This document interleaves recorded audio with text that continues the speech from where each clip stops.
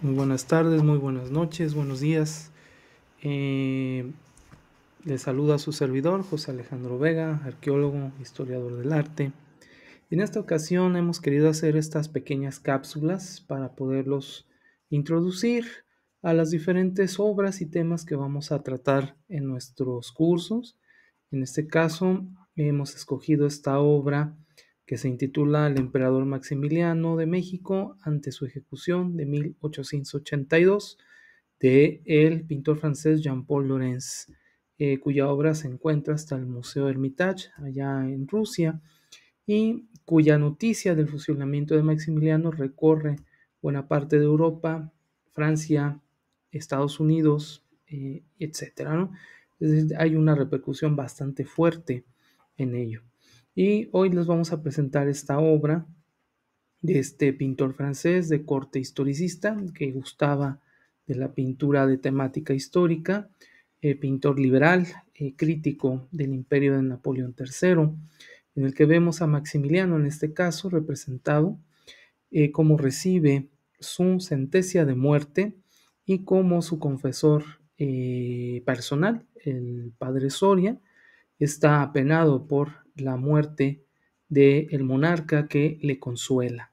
En este caso vemos a otro súbdito a sus pies que no reconocemos quién sea, pero el pintor quiso hacer de una manera quizá un poquito fantasiosa esta escena, puesto que sabemos que el padre Soria no estuvo presente en el fusilamiento del monarca de Maximiliano de Habsburgo.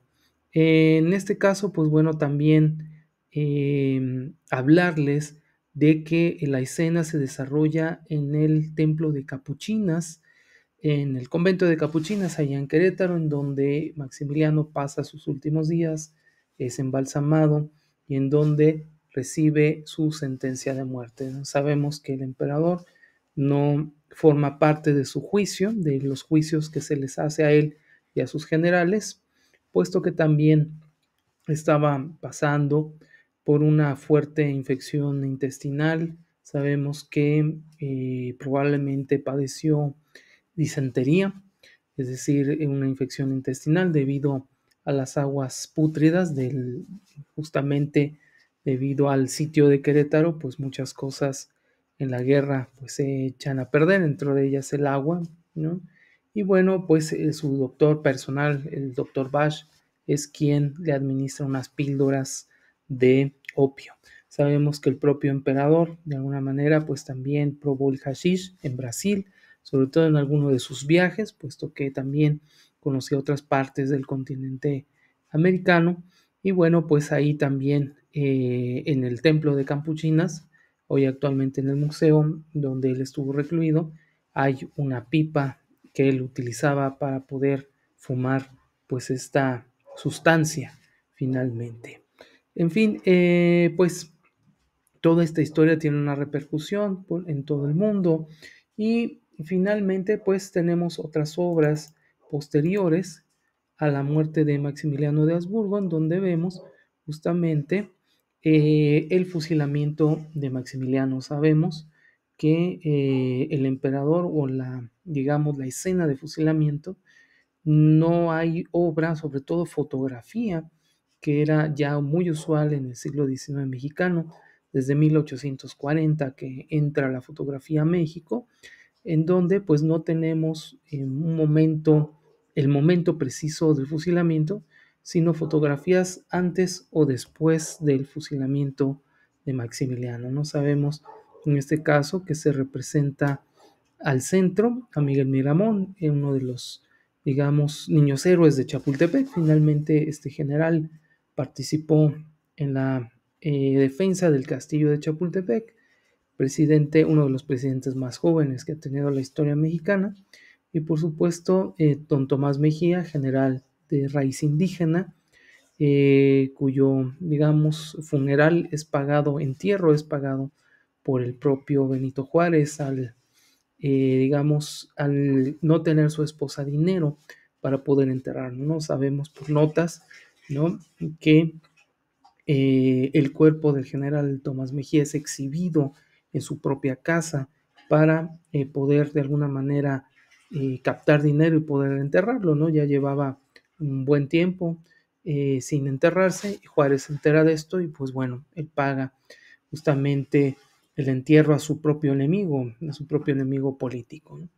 En el caso, bueno, pues de Maximiliano, pues sabemos otras cosas, ¿no? Ya es muy conocido su mal embalsamamiento que se hace en Capuchinas, y justo tenemos un documento que se llama Los Harapos del Imperio, en donde se relata pues toda esta historia del embalsamamiento de Maximiliano.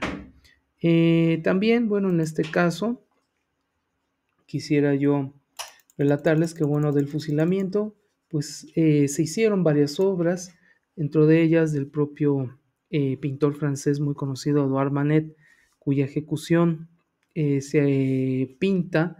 Hay dos versiones de la ejecución, hacia 1867, esta que se encuentra en el Museo de las Finas Artes en Boston, ¿no? Y otra obra que en el curso que nosotros estamos promocionando veríamos, ¿no? Que es una pintura muy característica que critica justamente el imperialismo de Napoleón III.